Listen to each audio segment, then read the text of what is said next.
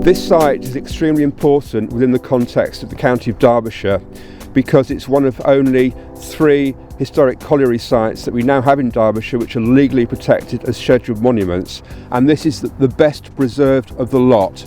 And it's important because it was a rare configuration of 2 steam engines working back to back, and it's now the only example we've got of that in the entire country.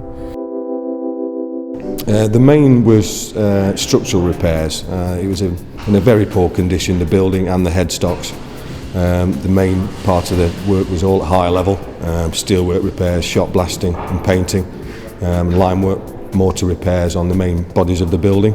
A scheduled ancient monument which is obviously very rich to this area. It's a massive part of this area. A lot of the Pleasley Pit Trust guys that have still volunteers on the building all worked at this pit, so they know it ins and out. They were very helpful to us. When the project was ongoing, we gleaned a lot of knowledge from them about certain areas of the building that we didn't know anything about. We picked their brains, so to speak, and that helped us immensely in this project. I think one of the things I'm most proud of is the windows that we managed to keep in situ and restore on the main front elevation.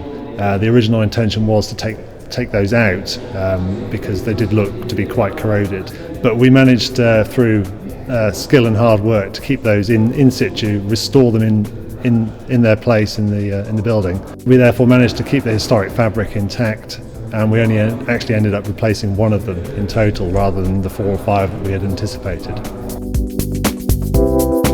The approach that we took with the whole project was to do the minimum intervention that we could get away with. It's a scheduled monument, which means it's protected heavily under law, and we would always do the least amount of work that we could to stabilise it and make it safe. In our line of work, we work with interesting historic buildings all the time, whether those were churches or castles, but this is one of the first big industrial sites that we'd ever done, and it's the kind of site that probably I'm only going to have an opportunity to work on once in my lifetime, so it was a really unique site. Restoration works to the old pit were a part of the wider project of the Pleasley regeneration, a £6 million investment from 2000 up to 2011.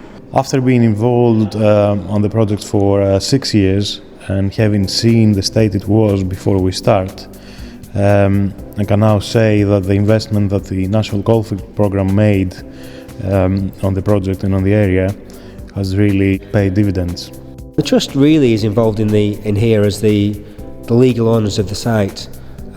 We take on the kind of liabilities. We hold a secure source of funding that allowed the Pit Trust, a very dedicated community group, to really just get on and manage this site for community benefit. Well, before we started, this place was an absolute mess. It was falling to pieces and it was derelict, and in that state really it was a blot on the landscape for the local community. It was in effect a liability.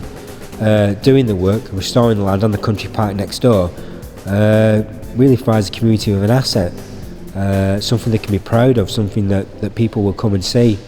I think this project's won so many awards because it's really captured people's imagination, and it's a good solid example of the coal mining history that's in this area. It's a wonderful subject, it's a fantastic ancient monument, and we just look at it, it assaults the senses, it's huge, it's dominating, it's a wonderful testimony to the engineering of our Victorian forebears. It was a great team effort on site between us, the architects, English Heritage and all the other people that were involved, and also the end result is fantastic.